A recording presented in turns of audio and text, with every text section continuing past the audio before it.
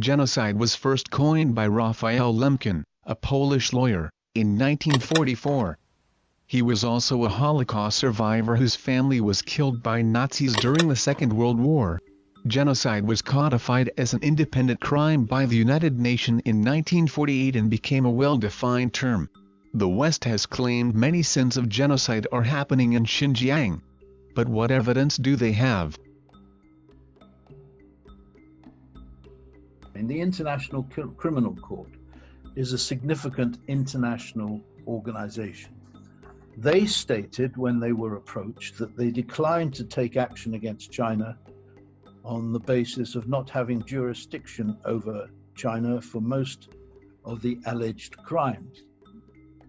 They also said they had seen insufficient evidence to show that genocide had happened. The US State Department's Office of Legal Advice concluded that there was insufficient evidence to prove genocide. If you look at the politics, you will find that parliamentarians in different countries have come under pressure and have reached a conclusion that China is guilty of genocide.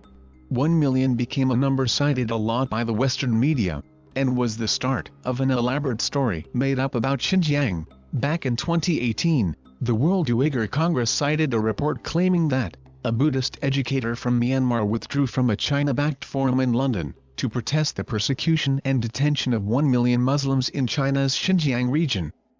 Since then, World Uyghur Congress, the US-backed right-wing network that seeks the fall of China, has been pushing the term genocide to various media outlets, and used it constantly on its website. According to an investigation by Grey Zone, the 1 million Uyghurs in custody figure comes from one woman called Gay McDougall, the sole U.S. member in the UN Committee on the Elimination of Racial Discrimination. The report was actually delivered by an organization called the Chinese Human Rights Defenders. But McDougall failed to provide any source to back up her claim. UN Office of the High Commissioner for Human Rights spokesperson Julia Grenevet confirmed with Grey Zone that the committee did not represent the UN as a whole. But media outlets such as Reuters and the New York Times exaggerate it as a UN official credible report. So-called Xinjiang scholar Adrian Zenz has also concocted a lot of fake evidence, like the figure 1 million. In one of his reports, Zenz wrote about an interviewee called Zumrad Dawat, who claimed she was compulsively sterilized in 2018. But in reality, Dawat and her husband traveled to Pakistan in 2018, and later to the US with their 3 children.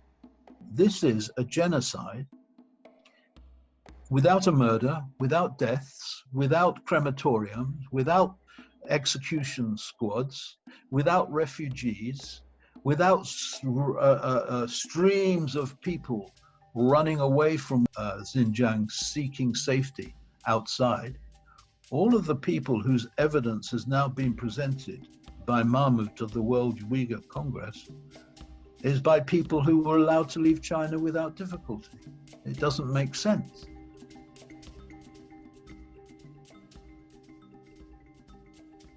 It starts to become clearer that the US is really instigating this conspiracy. Adrian Zenz is a senior fellow at the far-right Victims of Communism Memorial Foundation with people from the CIA. The foundation was established by the US government in the 1990s. Zenz claimed to have provided some statistics for the Australian Strategic Policy Institute. It has been exposed as a right-wing, militaristic think tank funded by the US and Western governments. One of its funding sources is the U.S. State Department's Global Engagement Center. And the Chinese Human Rights Defenders mentioned before is directly funded by the U.S. government. It receives a large amount of financial support from the National Endowment for Democracy, an organization controlled by the U.S. government to promote regime change. Xinjiang-related issues are not about human rights, ethnicity or religion at all, but about combating violent terrorism and separatism. Perry told the Global Times that it affects many Islamic countries. That's one reason why we don't see any Islamic country jumping on the bandwagon and accusing China of genocide. 谎言说了100遍也不会成为真相。美国不惜颠倒黑白，上纲上线对我国进行种族灭绝的指控，只不过从侧面反映了一个帝国衰亡过程当中的绝望挣扎。